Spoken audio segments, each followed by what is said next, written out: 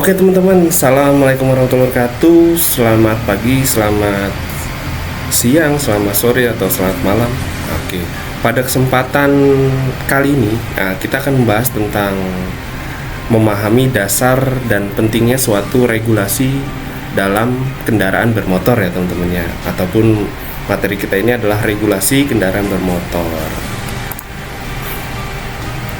Jadi diharapkan ya teman-teman ya, setelah teman-teman mengikuti mata kuliah ini atau teman-teman berdiskusi dengan mata kuliah ini, teman-teman memahami dasar-dasar hukum dan aturan, menerapkan regulasi di praktik dunia kerja nanti, terus teman-teman mampu menunjukkan sikap patuh hukum di lingkungan transportasi.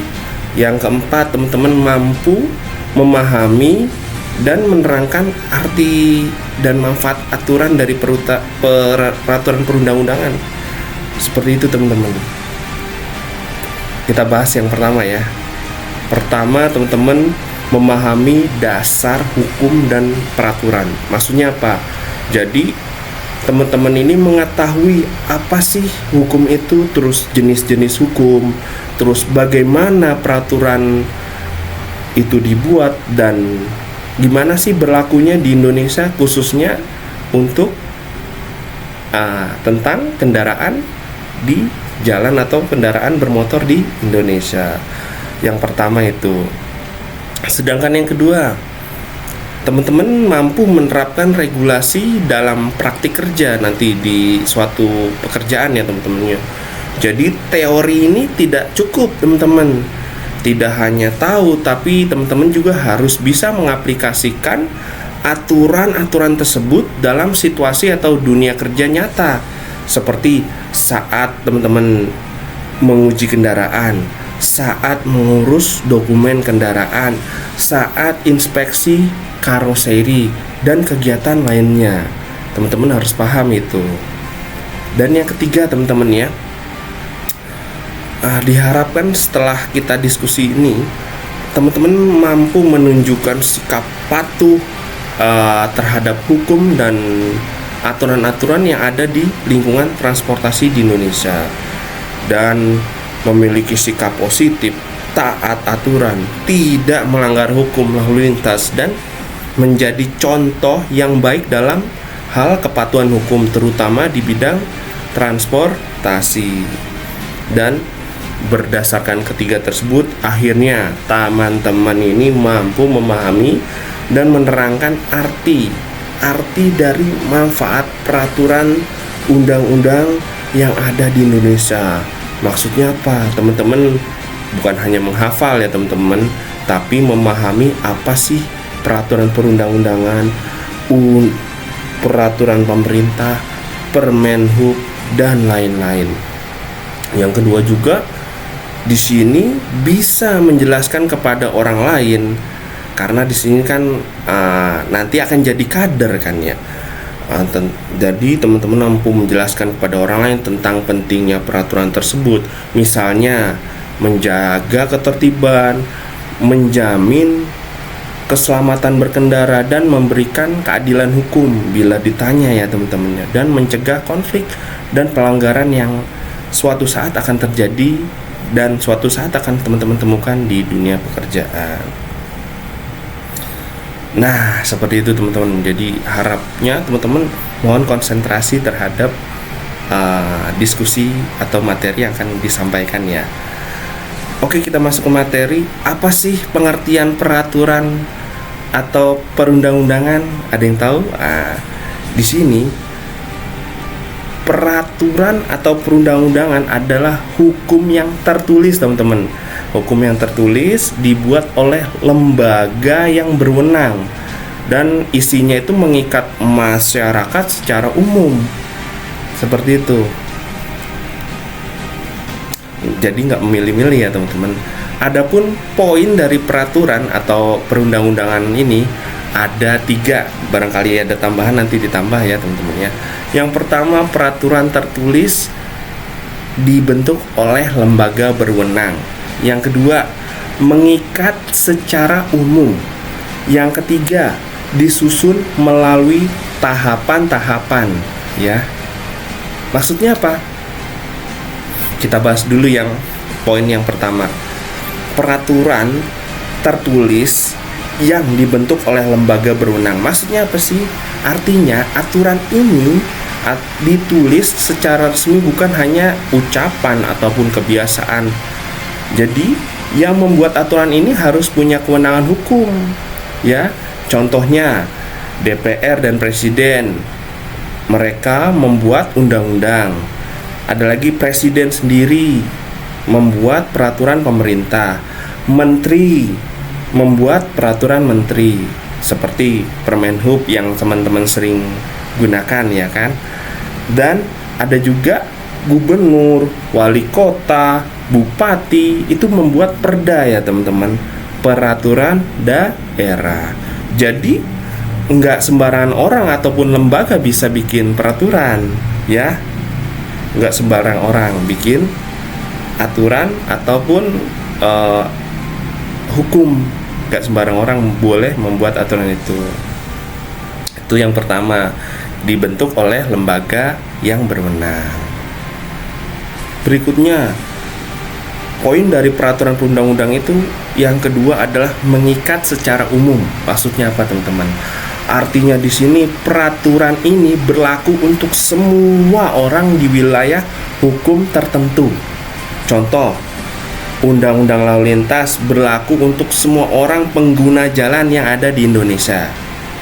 Ada lagi peraturan Menteri Perhubungan tentang kendaraan bermotor, mengikat semua bengkel karoseri dan pengguna kendaraan di seluruh Indonesia. Jadi bukan hanya untuk kelompok tertentu, teman-teman, untuk kelompok A, kelompok B, tapi mengikat seluruh orang yang ada di wilayah hukum tersebut. Itulah yang disebut poin 2, mengikat secara umum. Yang ketiga apa, teman-teman? Tadi yang ketiga adalah peraturan atau poin dari peraturan perundang-undangan itu disusun melalui tahapan-tahapan. Ada tahapannya, teman-teman, ya. Jadi peraturan itu tidak langsung begitu saja jadi, ada prosesnya. Ada di sini ada 4, teman-teman, ya. Barangkali ada kurang, silakan ditambah. Perencanaan, pembahasan, pengesahan, dan pengundangan. Perencanaan tahap awal untuk menyusun ide dan konsep peraturan. Misalnya, teman-teman, ya, karena banyak kecelakaan, terus fatalitas tinggi naik mobil, maka muncullah ide aturan untuk memakai sabuk selamatan. Itu dalam tahapan perencanaan. Berikutnya tahapan pembahasan. Dibahaslah oleh lembaga yang berwenang, misalkan DPR bersama Presiden, yang nanti secara berdiskusi. Di sini terjadilah namanya perdebatan. Setelah didebat, revisi. Setelah direvisi, dilakukan penyempurnaan. Ini ada dalam proses pembahasan. Setelah dibahas, tahap berikutnya disahkan. Setelah disetujui, peraturan yang disahkan atau diteken oleh pejabat berwenang, misalkan presiden atau menteri atau bupati atau yang lainnya, teman-teman, ya. Di sini disahkan, ditandatangani, ya. Setelah disahkan, proses terakhir yaitu pengundangan atau peraturan dimasukkan ke dalam lembar negara atau berita negara, lalu mulai diberlakukan pada tanggal yang telah ditentukan. Jadi dalam proses peraturan ini, pembuatan peraturan ini tidak ujuk-ujuk langsung jadi atau tiba-tiba jadi. Jadi ada proses resminya, teman-teman, bukan asal jadi. Inilah poin yang ada dalam peraturan perundang-undangan. Adapun asas, dalam asas pembentukan peraturan perundang-undangan ini, asas itu apa, ya?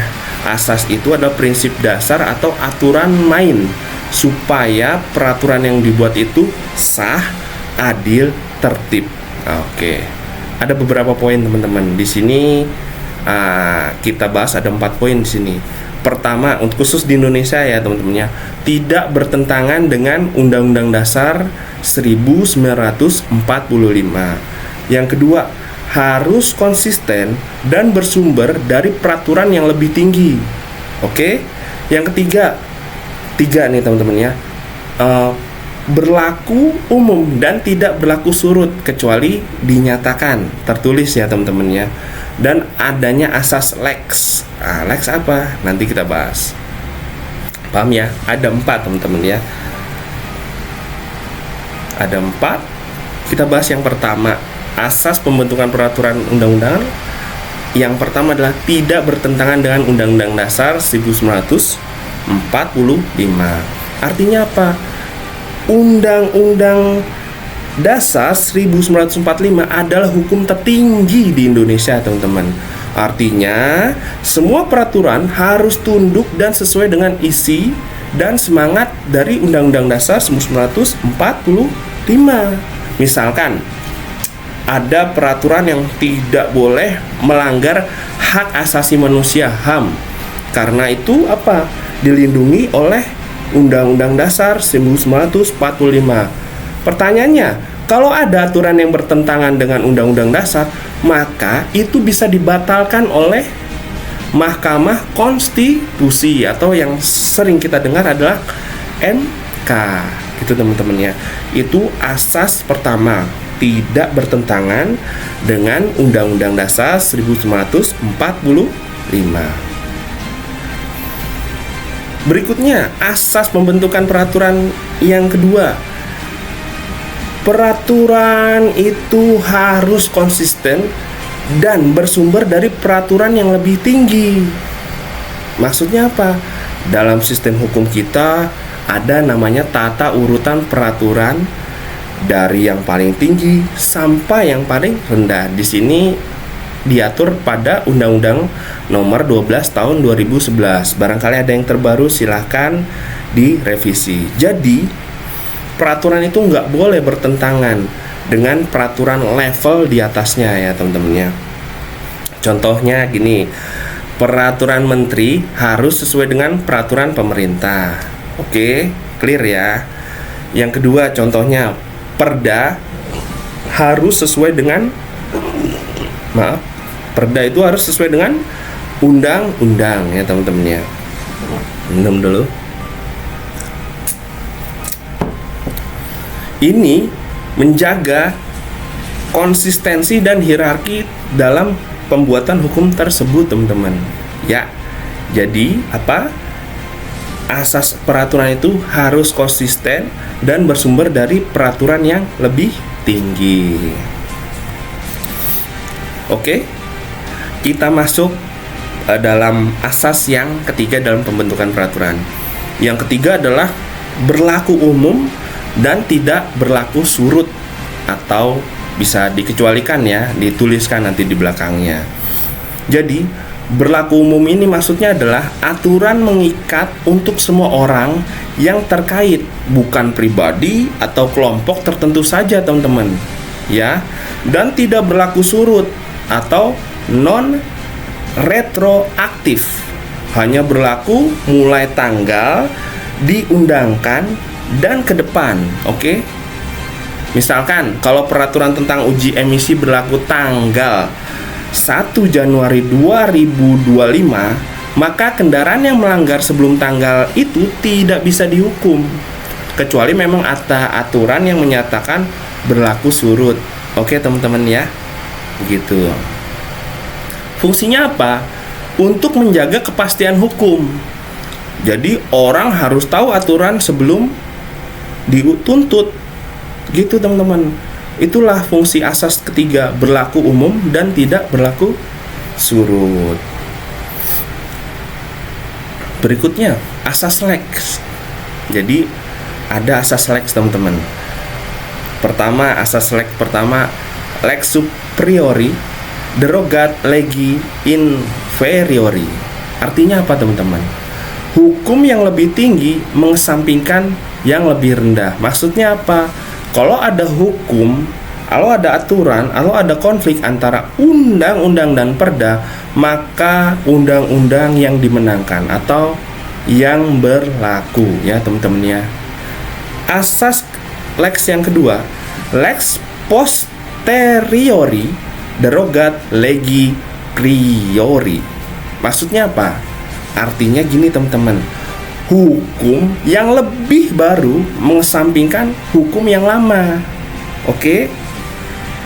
Penjelasannya gini teman-teman, jika ada dua aturan setingkat yang saling bertentangan, yang terbaru adalah yang berlaku atau yang dijadikan rujukan. Seperti itu ya teman-teman. Dan ada lagi lex specialis derogat legi generali. Maksudnya apa teman-teman? Hukum yang lebih khusus mengesampingkan yang umum. Penjelasannya seperti apa? Misalnya undang-undang lalu lintas ini kan khusus ya, khusus mengatur tentang lalu lintas, lebih berlaku dibanding KUHP. Ya, karena KUHP itu sifatnya umum, jadi berbicara soal pelanggaran lalu lintas pakainya undang-undang lalu lintas. Bisa dipahami ya teman-teman ya. Gitu, ada 4 asas dalam pembentukannya seperti itu. Kita masuk ke ciri-ciri peraturan perundangan. Jadi ciri-ciri ini menunjukkan nih teman-teman, apa yang membedakan antara peraturan perundangan dengan aturan lain seperti adat, seperti norma sosial maksudnya, dan kesepakatan kelompok. Nah, inilah yang membedakan ya teman-temannya. Pertama, ciri-cirinya dia tertulis. Ada nggak dia tertulis nggak? Terus yang kedua, mengikat secara umum. Mengikat nggak secara umum? Yang ketiga, dibuat oleh pejabat berwenang. Yang keempat, mengatur tingkah laku masyarakat. Jadi ada 4 ciri-cirinya teman-teman ya. Boleh kita bahas. Jadi ciri-ciri peraturan perundang-undangan yang pertama adalah tertulis. Artinya apa teman-teman? Jadi peraturan ini dituangkan secara resmi dalam bentuk dokumen hukum. Nah, ditulis dalam bentuk dokumen hukum. Bisa berupa undang-undang, peraturan pemerintah, peraturan menteri, perda, dan seterusnya. Ini kenapa penting? Karena tertulis itu bisa dibaca dan dipelajari. Yang kedua, adanya kepastian hukum. Semua orang bisa mengetahui dan bisa dijadikan dasar dalam penegakan hukum jika terjadi pelanggaran. Seperti itu teman-teman. Contohnya seperti ini. Undang-Undang 22 tahun 2009 tentang lalu lintas angkutan jalan itu mengatur tentang lalu lintas di wilayah Indonesia menggunakan rujukan aturan tersebut. Itu ya teman-teman, ciri-ciri peraturan perundang-undang. Yang pertama adalah tertulis. Ciri-ciri peraturan perundang-undang yang kedua adalah mengikat secara umum. Artinya apa teman-teman? Peraturan ini berlaku untuk semua yang ada di dalam wilayah hukum Indonesia. Tidak pandang dari mana, status sosial apa, semua wajib taat teman-teman ya.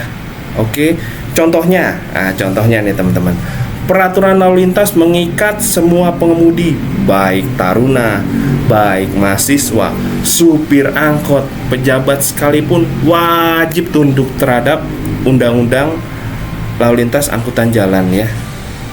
Tidak boleh mendiskriminasikan, mengikat secara umum. Itu ciri-ciri dari peraturan perundang-undangan mengikat secara umum. Berikutnya, ciri-ciri peraturan perundang-undangan itu yang ketiga, dibuat oleh pejabat yang berwenang.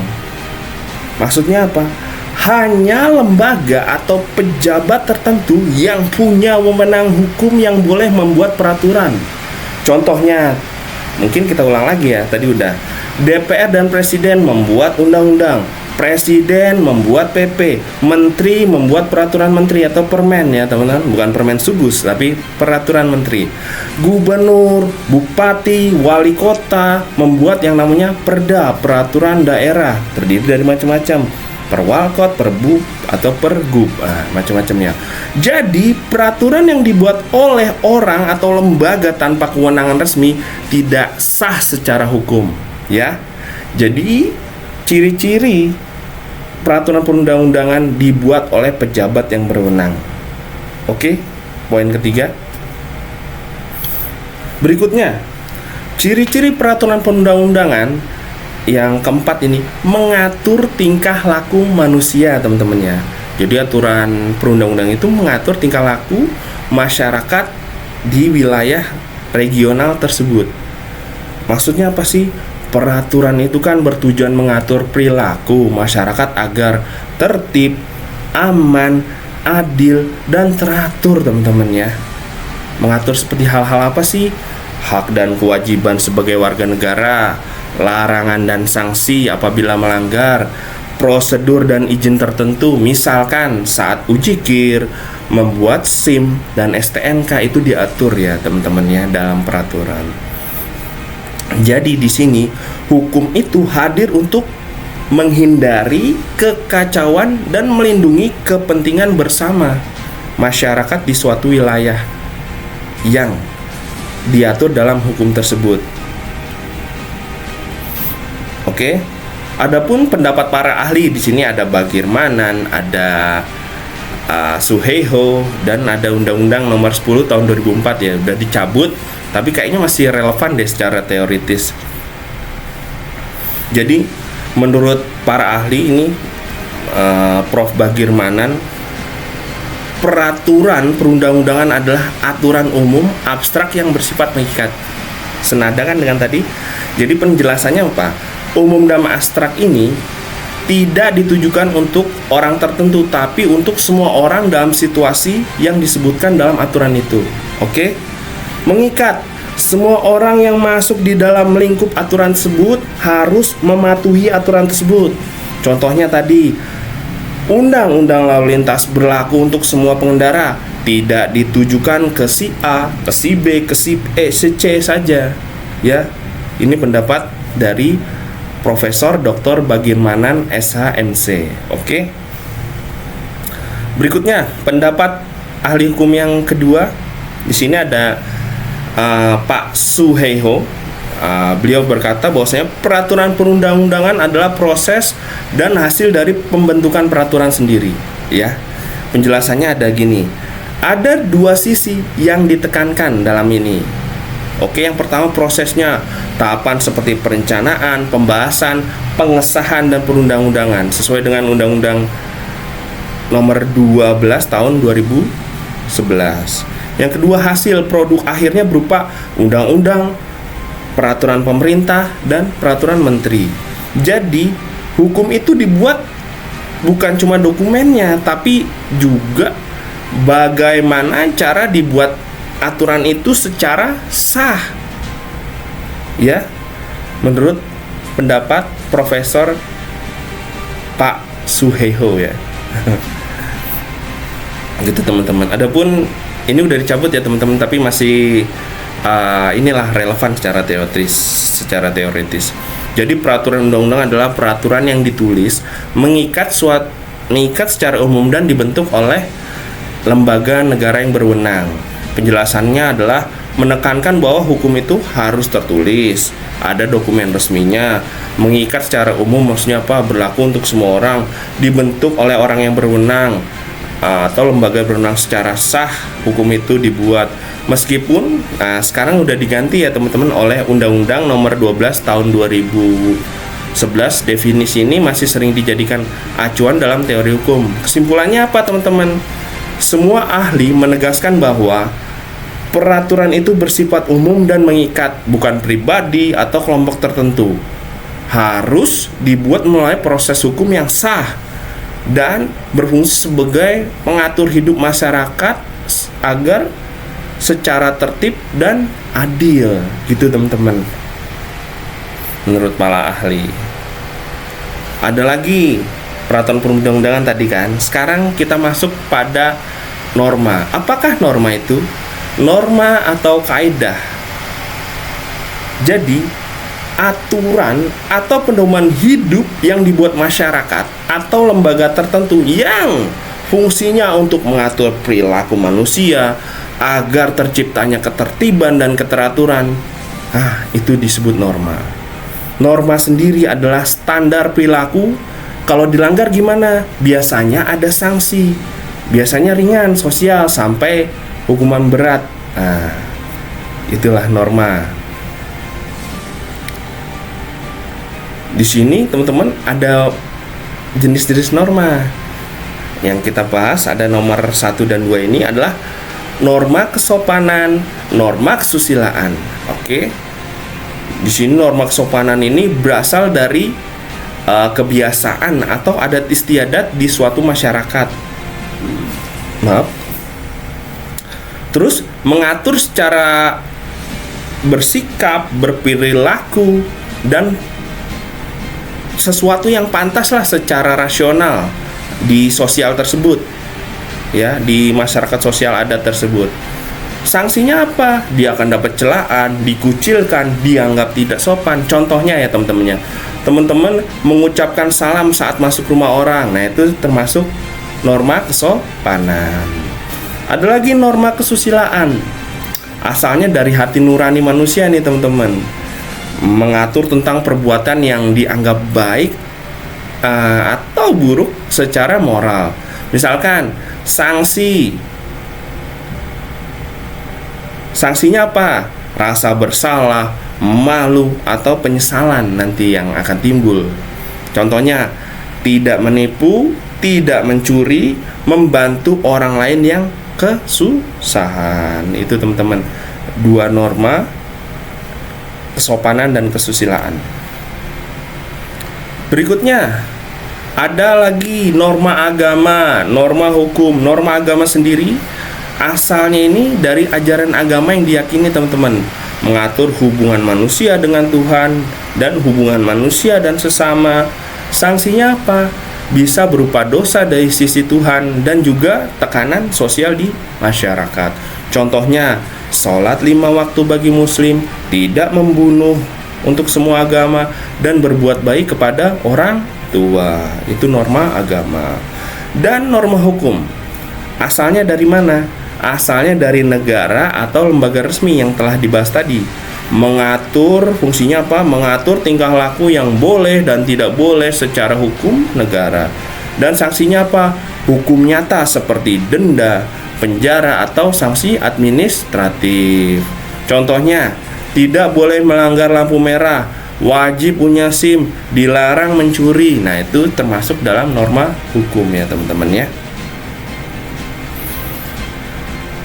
Jadi di sini teman-teman, kesimpulan singkatnya, jenis norma kesopanan asalnya dari masyarakat, sanksinya celaan sosial, contohnya tidak menyela orang lain. Kesusilaan asalnya dari hati nurani, sanksinya rasa malu atau guilty, dan contohnya tidak berbohong. Norma agama asalnya dari ajaran agama, sanksinya dosa atau akhirat. Contohnya beribadah dan tidak mencela sesama. Berikutnya, jenis norma hukum asalnya dari negara, sanksinya apa? Denda dan penjara. Contohnya apa? Wajib pakai helm saat naik motor, gitu teman-teman ya. Ada lagi nih teman-teman, contoh lain, kesopanan menghormati orang tua. Ada fungsinya di sini teman-teman, mengatur sopan santun dan tata krama. Ada lagi norma kesusilaan, menilai baik dari dan buruk suatu tindak tanduk ya secara moral. Contoh tidak berbohong, tidak mencuri. Ada lagi norma agama, menuntut hubungan Tuhan dengan sesama, beribadah. Contohnya adalah beribadah dan tidak memfitnah. Ada lagi jenis norma hukum. Tadi ya teman-teman kita bahas lagi. Fungsinya menjaga ketertiban dan keadilan sosial, dilarang mencuri dan wajib memakai helm. Seperti itu teman-teman.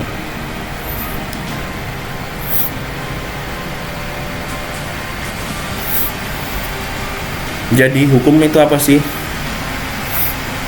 Hukum sendiri adalah aturan atau sistem norma yang bersifat abstrak teman-teman, yang dibentuk oleh otoritas yang berwenang dan mengatur kehidupan masyarakat agar terciptanya ketertiban, keadilan, serta perlindungan hukum.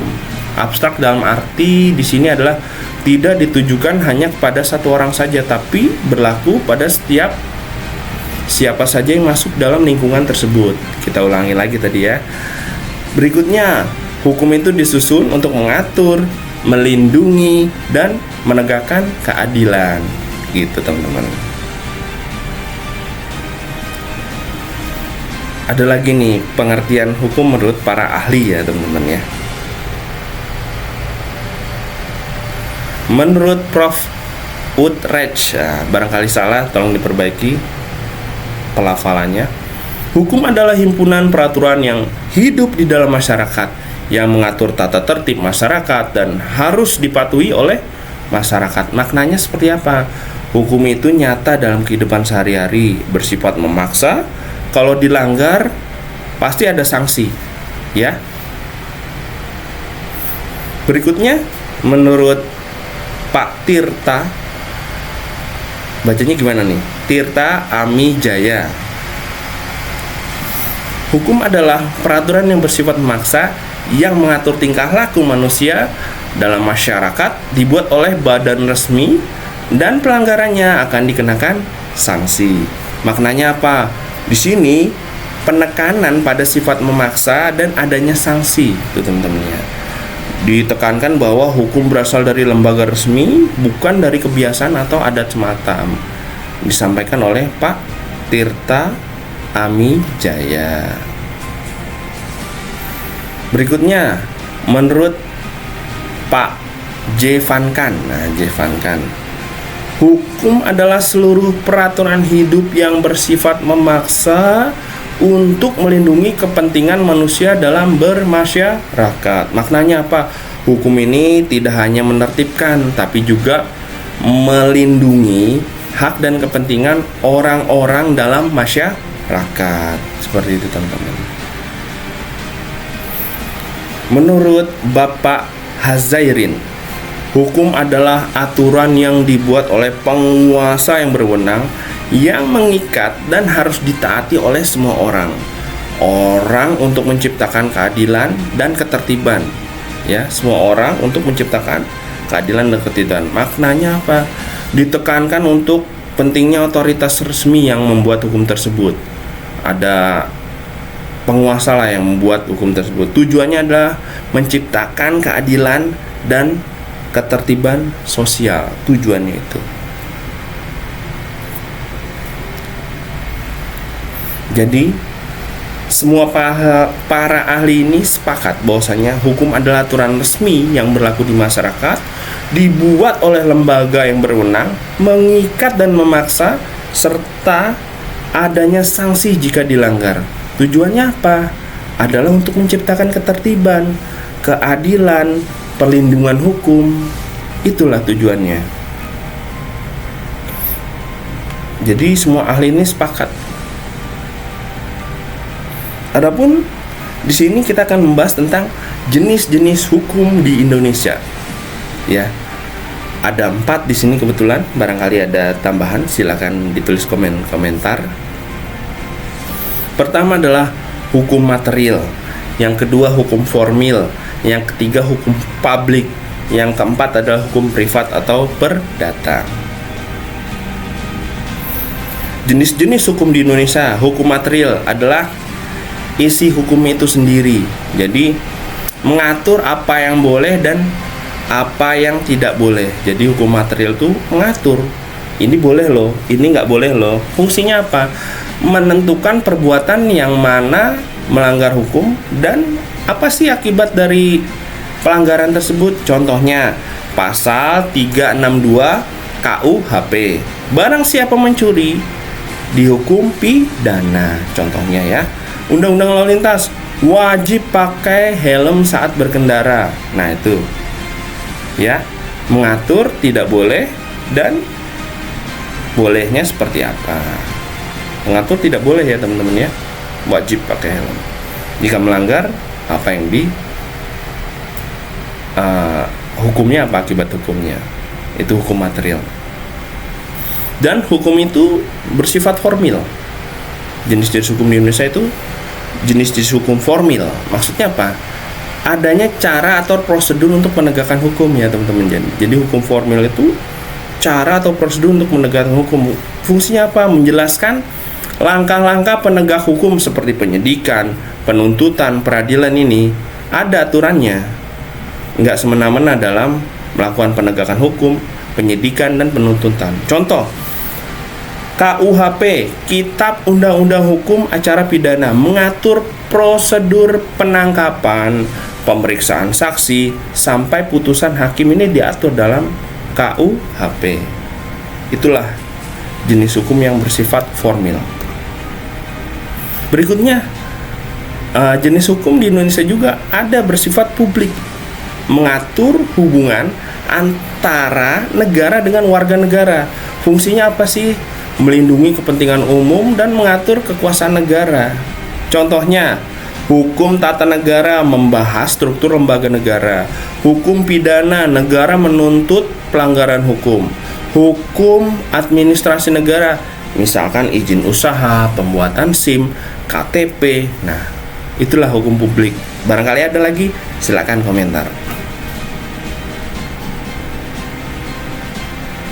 Berikutnya jenis hukum di Indonesia. Pertama ada hukum privat atau perdata, mengatur hubungan antara individu atau kelompok dalam kehidupan sehari-hari. Fungsinya memberikan kejelasan hukum dalam interaksi pribadi atau bisnis. Contohnya perjanjian sewa rumah, sengketa warisan, jual beli mobil. Nah, itu masuknya ke dalam hukum privat atau hukum perdata. Nah, ringkasan tabelnya gini. Jenis hukum material, fokus utama apa yang dihukum, misalkan pasal pencurian atau undang-undang lalu lintas. Hukum formil, cara menegakkan hukum, KUHP ya. Berikutnya hukum publik, negara vs atau mengatur tentang negara dan warga negara, misalnya pajak, hukum pidana, dan tata negara. Yang berikutnya adalah hukum jenis privat atau antar individu atau badan hukum, kontrak, waris, jual beli, dan lainnya. Gitu teman-teman. Oke teman-teman, sekarang teman-teman buat latihan ya. Buat latihan tentang definisi hukum menurut teman-teman itu apa sih? Boleh dong tulis di kolom komentar. Dan apa sih norma kesopanan itu yang teman-teman pernah lakukan, norma kesusilaan yang pernah teman-teman lakukan, norma hukum yang teman-teman lakukan, norma agama yang teman-teman lakukan. Nah, jadi jawaban pertanyaan di atas ini dengan jujur ya teman-teman, berdasarkan pemahaman teman-teman. Kira-kira teman-teman paham gak sih tentang materi yang telah disampaikan, dan tulis di buku atau file dokumen dikumpulkan minggu depan ya. Oke. Kesimpulannya apa teman-teman? Membangun masyarakat yang tahu hukum fungsinya ya. Hukum ini sebagai landasan keadilan, melindungi hak asasi manusia dan menjaga ketertiban. Peranan individu memahami hukum dan perlindungan diri untuk mencegah pelanggaran. Oke teman-teman, jalan terang di negeri hukum. Di bumi pertiwi hukum berdiri, menjaga tertib, menuntun nurani. Peraturan ditulis bukan sekedar kata, untuk mengingat semua dari rakyat hingga raja. Taruna muda, pelita bangsa, mari kenali hukum, janganlah alpa. Bukan hanya teori dalam lembaran, namun nyata dalam tindakan harian. Regulasi tak hadir tanpa dasar, disusun rapi, bertingkat dan sabar. Dari undang-undang yang paling utama hingga perda di desa dan di kota. Setiap peraturan punya ruh dan arti, menjaga keselamatan di jalan yang sunyi, menjaga keadilan, hindari celaka, menjaga hidup agar tidak binasa.